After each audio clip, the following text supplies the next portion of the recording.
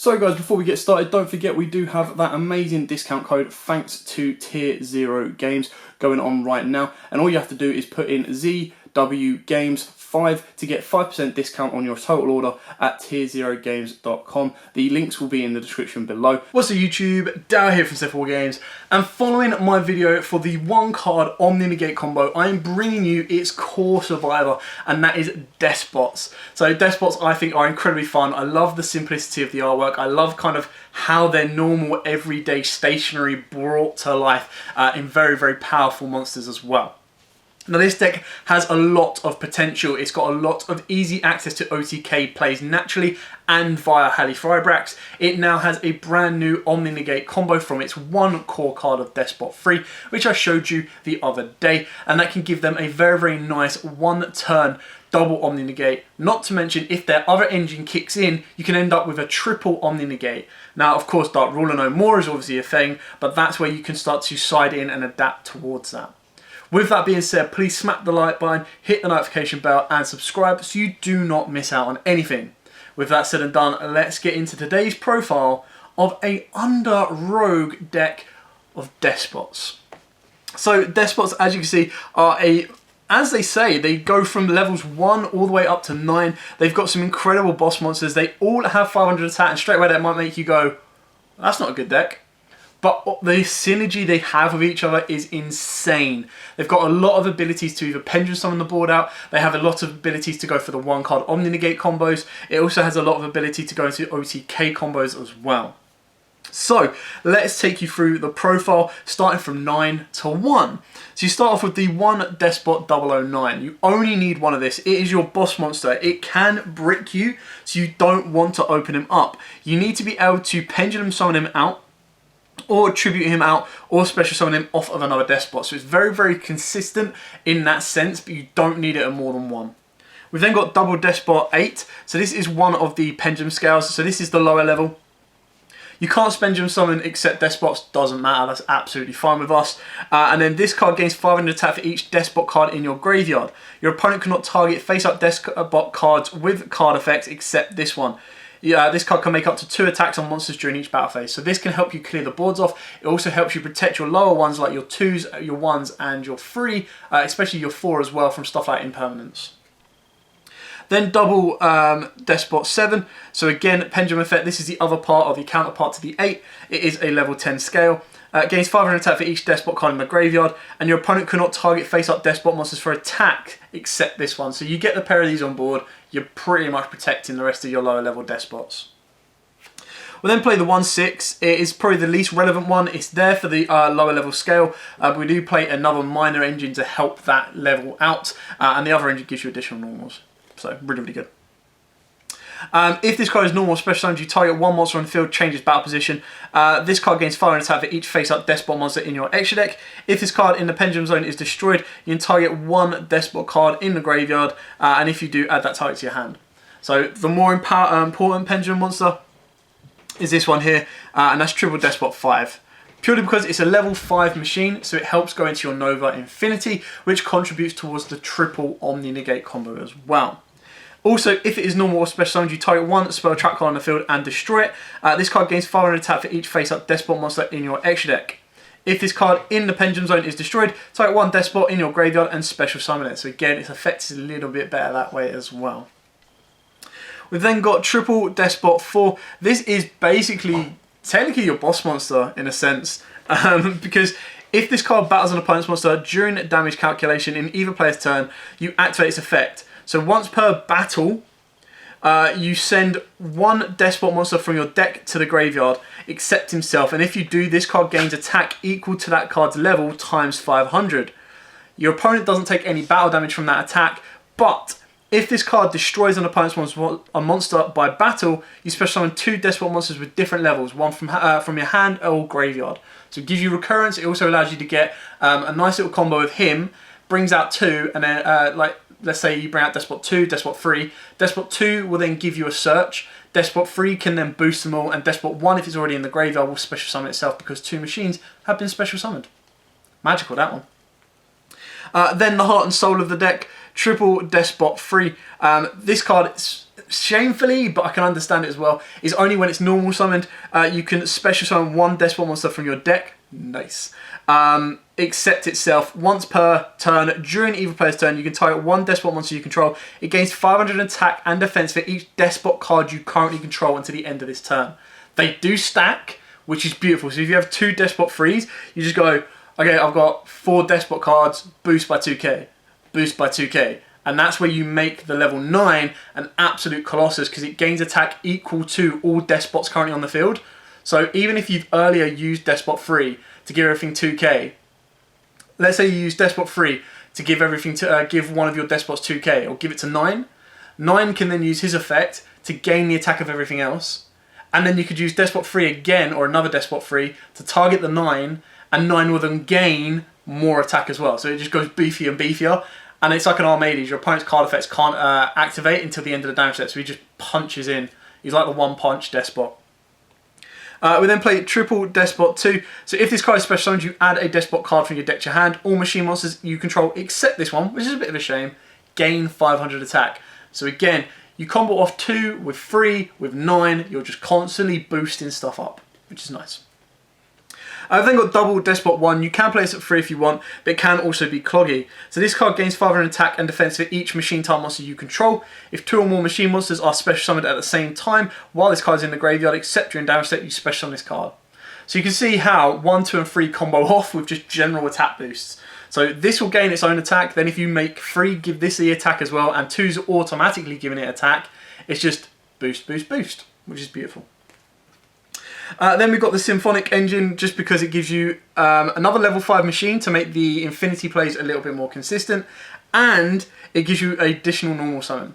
So this card is, you only want to put it in your Pendulum Cell, so you discard 1 card, special on 1 Symphonic Warrior monster from your deck, except himself. Only use the effect once per turn, so you are going to special summon out Mike's. So Mike's, you can special summon this card from the hand by removing 3 Symphonic counters from the field. Don't worry about that. After you normal or special summon this card, you can normal summon 1 monster during your main phase this turn in addition to your normal summon or set. So the combo way this works with this one is you get Mike's on board and you've got to have 3 in hand. So then Mike's will give you an additional normal. Use your additional normal on 3, which will special summon 2 from the deck. You use 2's effect to search you out Deskbot 3. You then use your next normal summon on 3 to special summon 2.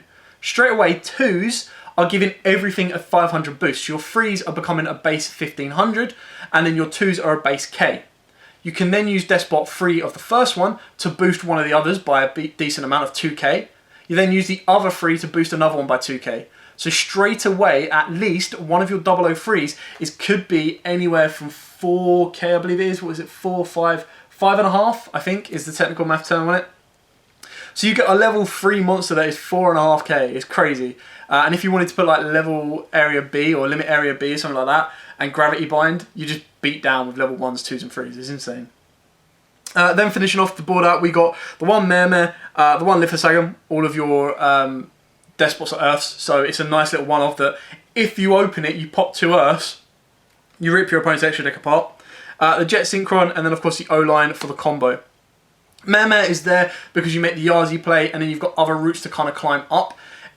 It will depend on the way you build the extra deck, because there is something that I haven't put into the deck that you can adapt and move around as well, and I'll show you that when we get to it. So that's it for the monsters. Moving on to the spells. As you can see, very, very chunky lineup of monsters.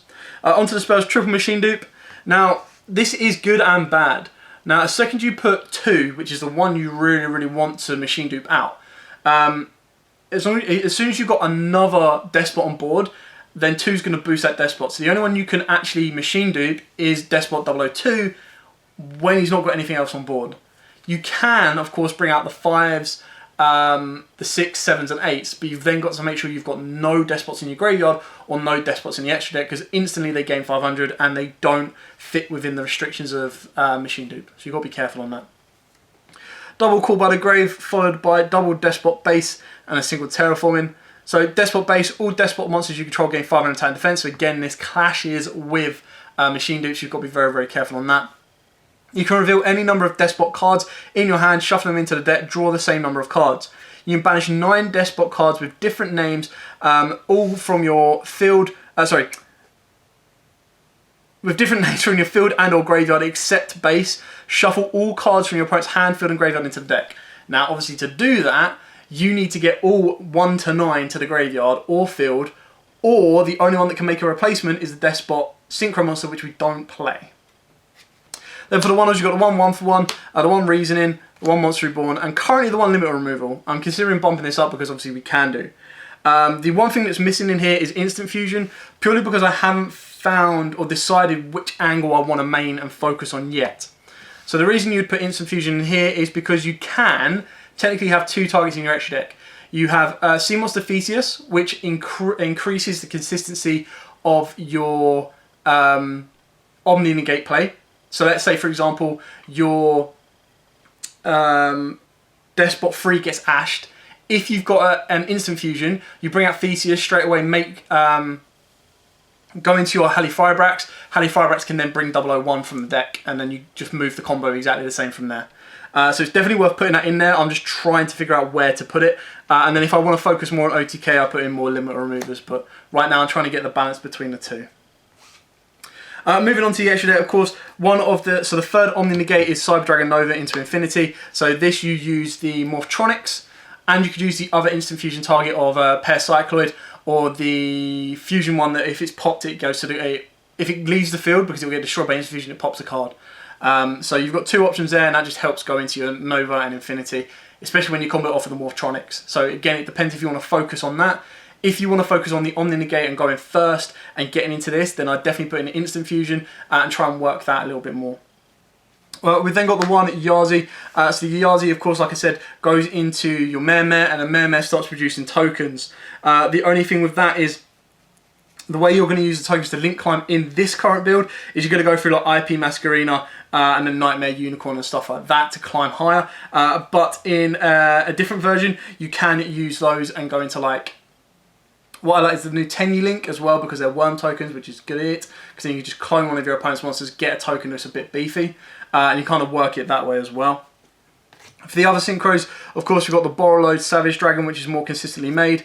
One Scarlight, just personal tech that I have a way to win in time if it does get to that point.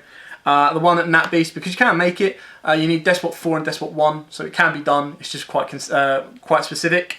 And then the one Herald of Art Light, because I showed you in the combo yesterday, this deck can pump out the Omni combo quite consistently.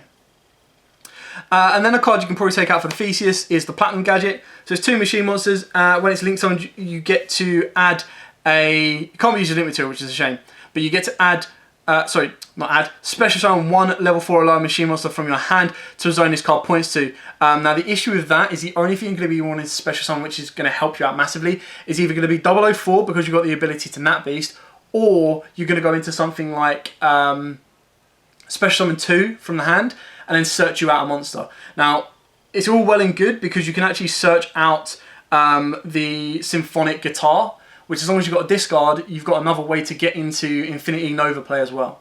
But your first route, if you're going to be making something like this, is going to be Halley Firebrax, unless you don't have a tuner, which is why you would go into Platinum Gadget. And then, of course, for the other Link 2s, we've got the Crystal and the Halley Firebrax, IP Masquerena, which goes into Nightmare Phoenix, and then Nightmare Unicorn. And then, of course, you've got your Mecha Phantom Beast, Auroradon, part of the Insane combo. And then for your Link 4s, you've got your Borisov for your power plays, and you've got your Appaloosa for your defensive plays. So you go with either one of these two, gives you that backup that you might need, and gives you another route as well. Now, you don't necessarily need Appaloosa. This could become something more like a Avramax, or this could make way for another one of your fusion monsters as well, just depending on which route you want to go with. It depends on what section of this deck you want to focus on. I'm trying to get the balance of it right between the two, so there's going to be a couple more changes as we go. But it would just be nice to kind of see your guys' thoughts on this deck. I mean, I love Deskbots, like I said, so massive shout out to Daniel, who we used to play Yu-Gi-Oh with years and years ago, and he was the one that kind of got me into Deskbots. He used to play them, I was like, what are these? They're like little critters, like, what are they doing? And they were just so many people were like, whatever, they're just stationary. And then out of nowhere, you'd get like a level 3 that had like 6,000 attack, and you're like, what the hell just happened? So it was good to kind of see the juxtaposition between the two, how they look innocent and non-threatening, and then just all of a sudden blow you apart. And the best thing about it is I used to play Gravity Bind as well. And just being able to sit on Gravity Bind, which I know people play a lot of back row hate, but it's just one of them things that obviously Links and XYZs kind of bypass that, which sucks a little bit. But it was just how you just go poke, poke, poke, and they couldn't do anything. So back in the day, it was a nice little tech to play around with. Anyway, that is it for the Deskbot deck. I hope you liked it. I hope it's given you a couple of ideas of your own. Like I said, I'm still working on it, still testing it around, still playing around with it. But if you've got this deck, pick it, put it together. It's so much fun. Absolutely love it. And like I said, the artwork is so simplistic yet so cool. It's definitely worth it. And like I said, I honestly reckon this deck could really, really catch a lot of people off guard and can easily be a rogue contender as well. Easy. Anyway, thanks for watching. Don't forget to like, comment, subscribe, share. And until next time, guys, as always, happy dueling.